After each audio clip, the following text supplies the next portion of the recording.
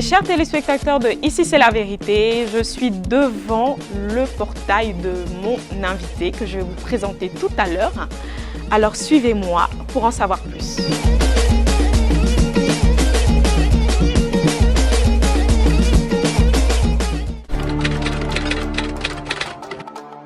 Salut la team, j'espère que vous allez bien. Celui que nous allons recevoir aujourd'hui dans votre émission préférée a eu le privilège d'être un ami super proche de notre regretté Didier Arafat.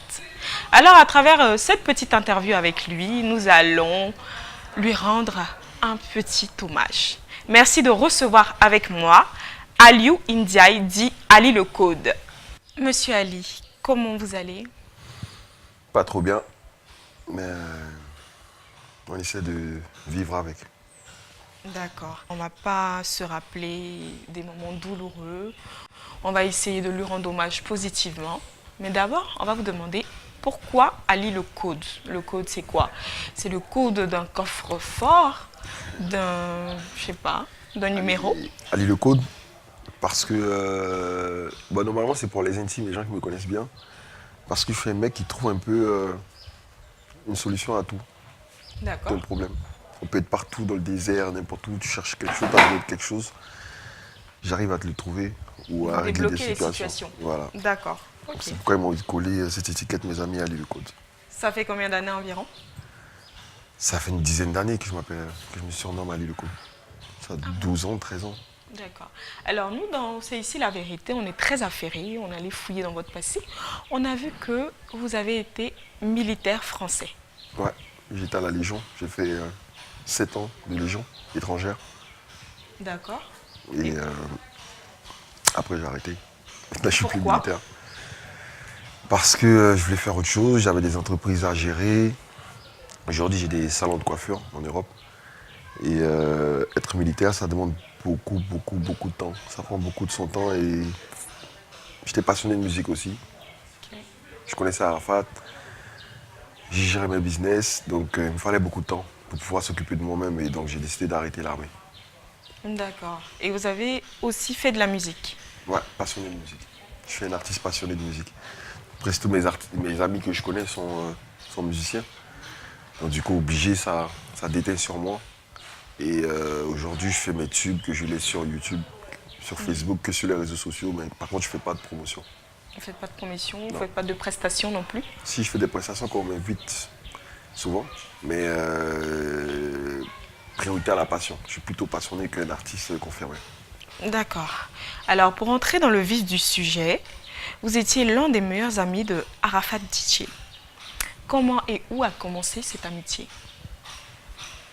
Didier Arafat, on se rencontre en 2008 à Paris. J'étais l'ami en ce moment, j'étais l'ami d'un autre ami. Et Didier Arafat. Ivan Trésor? Non, il s'appelait Villasco à l'époque. D'accord, ok. J'étais avec Villasco, c'était le grand frère à Thia Vuitton, qui est ici à Abidjan. Et je suis avec Villasco et il me dit viens à la maison et tout. Le week-end, viens passer le week-end chez moi et tout. Donc je quitte le sud de la France, j'arrive à Paris et je rencontre Didier Arafat dans ces circonstances. On échange, on parle, l'amitié colle. Et le même week-end qu'a suivi, il m'a dit je partais jouer au Maroc. Viens, allons au Maroc et tout. Non, j'aime ta science, viens avec moi. Et je le suis, je vais au Maroc avec lui et depuis on ne s'est plus quitté. Ah bon, d'accord. Et vous n'êtes plus quitté, vous faites les navettes à Abidjan, Paris. Ouais. Vous venez le plus souvent? Ouais, je viens très souvent. En général, chaque 3-4 mois, je suis à Abidjan. D'accord. On nous a dit, on sait qu'entre meilleurs amis, il y a beaucoup de faux discours, on s'attarde sur peu de choses. On s'embrouille pour n'importe quoi, comme tout meilleur ami. Alors, est-ce que vous pouvez nous raconter un de vos plus faux discours que vous avez fait entre meilleurs amis avec Didier Arafat? Je me rappelle un discours, quand on a eu, j'étais en présence de Ivan, moi, Ivan Trésor et Didier Arafat. C'était dimanche, on était à Paris, on cherchait un Western Union de partout. Parce qu'on devait aller en prestation, on était super en retard. Donc lui, il descend de la voiture. Donc on est venu en taxi, il descend du taxi et il rentre dans le Western Union. Et il me dit, allez, arrêtez nos taxis parce qu'on est super pressé. Dès que je sors, on part. Et bon, sans faire attention, j'ai arrêté un taxi comme ça que je ne calcule pas, tac, tac, tac. Et un taxi vraiment, comme on dit ici, un taxi pourri de chez pourri. Et le taxi gare, et DJ Arafat, il sort de la banque, tac, tac, tac, il est content de récupérer sa thune. Et quand il arrive, il voit le taxi. Et il se retourne vers moi, il me dit, tu te fous de ma gueule. Tu te fous de ma gueule. Tu respectes pas mon image artistique. Et moi, j'étais là, je dis, mais c'est un taxi, c'est bon. On va pas se prendre la tête pour un taxi. Et là, il m'invite à faire une bagarre. Il me dit, alors vas-y, viens. Il enlève son t-shirt. Il me dit, viens, si t'as des titres énormes, viens, on se bat tout de suite, tu vas comprendre. Et qu'est-ce que vous avez fait? Ouais, j'ai pas répondu à ces provocations. Il y avait un restaurant qui était là, je suis rentré dans le restaurant, je suis allé m'asseoir. Et lui, il était dehors dans tous ses citats, avec Ivan qui le calmait. Et il était vraiment fâché? Bah oui, il était fâché. Il était fâché, il a enlevé son t-shirt et tout, il a voulu se battre avec moi. Et Ivan qui a arrêté nos taxis, moi je viens pour monter dans le taxi, il me dit, tu montes pas dans le taxi. Je rentre comment moi? Je vais comment à la prestation? Il me dit, je m'en fous. Et là, je force, je monte dans les taxis. Au moins pendant 30 minutes, on est là-bas, on se prend la tête, mais après, on laisse tomber. Juste 30 minutes, hein. Après ça passe. D'accord. Après ça passe. Alors j'ai envie de demander, c'était quoi le plus beau jour de votre amitié? La plus belle chose que vous avez vécue ensemble? J'ai beaucoup de choses. S'il fallait choisir, je ne sais même pas quoi choisir, tellement il y en a plein. Il y a. Je ne sais pas choisir. En fait, il y a les plaisirs artistiques qu'on a eus et il y a les plaisirs personnels. D'accord. Personnels, je dirais, il y a moins de 2 ans, on était à Deauville. Dans la ville de Deauville, on est allé au zoo. On a pris un moment pour nous. Entre amis, on est sortis, on est allé au zoo voir les animaux. À deux? Moi, Ivan, Didier, Zikion. Ok. On était 4. D'accord. Et les danseurs Rufi et Super. Ok. On était allé à Deauville voir les animaux et tout ça, on a fait super bien. Ce jour-là, on était très très contents. On était. Et artistiquement, je dirais au Burkina. Au Burkina, il fait un concert où il y a plus de 30 000 personnes au stade rempli à craquer. Et là, pour moi, c'était waouh. Même lui, là. Vous étiez fier de votre ami. Vous étiez content pour lui, content Bien qu'il sûr. puisse captiver autant de Bien sûr. personnes. J'ai toujours été fier de lui. Parce que je l'ai suivi presque dans toutes ses dates, dans tout le monde entier. Et partout DJ Arafat a joué, en général, on me voyait à côté.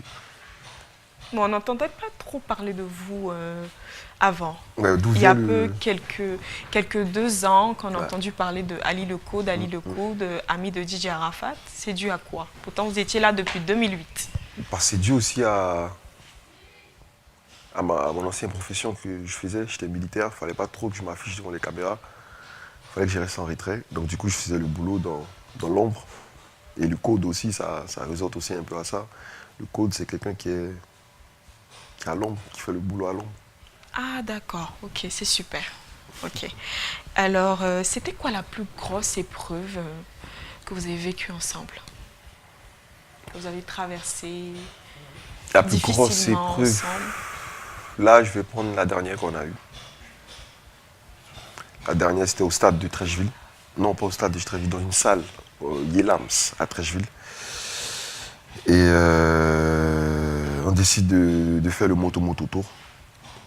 On fait en gré, la première date, la deuxième date, on est lâché par tous les sponsors.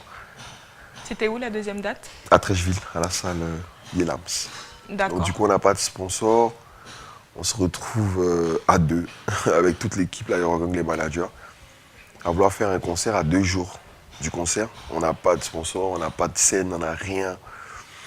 On se bat de nous-mêmes, de partout, on frappe à toutes les portes pour pouvoir acquérir ne serait-ce qu'un moyen sonore pour pouvoir faire les prestations. Donc pour moi, c'était vraiment la pire épreuve qu'on a vécue là ces derniers temps. Ok. En parlant de ces derniers concerts, on a vu sur les réseaux sociaux que Arafat, pour ses derniers concerts, avait enlevé toutes ses bagues sur les doigts. Est-ce que c'était vrai ou ce sont des photos fake ou Non, des c'est anciennes vrai. photos? C'est vrai. Je me rappelle quand il a sorti. Moi, on était à Paris. Et j'explique une révélation à Didier qu'on m'a faite. D'accord. Il y a une dame qui m'appelle, qu'on ne connaît pas, qui nous voit dans la rue et qui nous dit vous deux, vous avez une grande amitié, tout ça. Et à l'époque, je fumais beaucoup. Et elle m'a dit, il faut que tu arrêtes de fumer parce que ça t'empêche de voir un peu loin si tu as des trucs et tout. Et elle me met dans le thème du sujet en me disant c'était quand ton dernier rêve par exemple, et j'arrivais pas à me rappeler en fait quand j'avais rêvé. Et donc je voyais que tout ce que la dame disait était un peu vrai. Et Didier me regardait comme ça, il me dit toi tu vas arrêter de fumer toi. Il rigole et tout, il me dit tu vas voir, dans 2 semaines j'arrête de fumer. Et on part dans un processus comme ça, il y a 2 semaines, il voit qu'avant même 1 semaine j'arrête de fumer et tout. Et lui il était là, il me dit Vous arrêtez complètement de fumer? ouais, Okay. j'arrête de fumer. Et là il me dit si toi tu arrêtes de fumer, moi j'enlève toutes mes bagues, je les jette. D'accord, ok. Et moi, je lui dis, t'es sûr de ce que tu dis? Il me dit, je suis sûr. Et j'arrête de fumer presque 1 semaine. Et un matin, il se lève, il vient, il s'assoit et il me dit, on est en Afrique, hein, vous voyez, c'était bague de protection, tout ça. Il aimait beaucoup, il était chaud, il aimait beaucoup la bagarre, donc il fallait se protéger, il fallait être prêt pour toutes circonstances. Et il se lève un matin, il me dit, j'en ai marre de tout ça, je les jette. Et il se lève devant moi, je vous jure, il part à la fenêtre, il ouvre la fenêtre et il jette tout. Depuis ce jour, je ne l'ai plus vu mettre avec ses bagues. Avec ses bagues, plus jamais. Et il a coupé le cours, tout simplement. Il en avait marre de porter ses bagues ou c'était juste à cause du pari qu'il avait fait? Vous arrêtez de fumer et lui, il enlève ses bagues. Je pense que c'était peut-être un poids dont il voulait se débarrasser. Un petit poids dont il voulait se débarrasser pour passer à une chose suivante.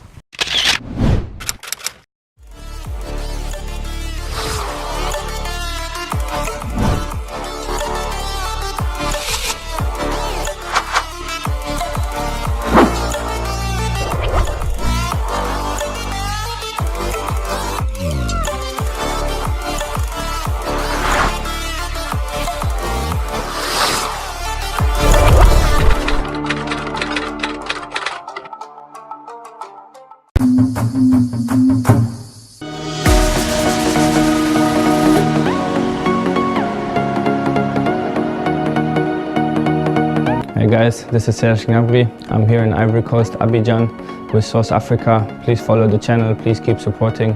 Thank you very much.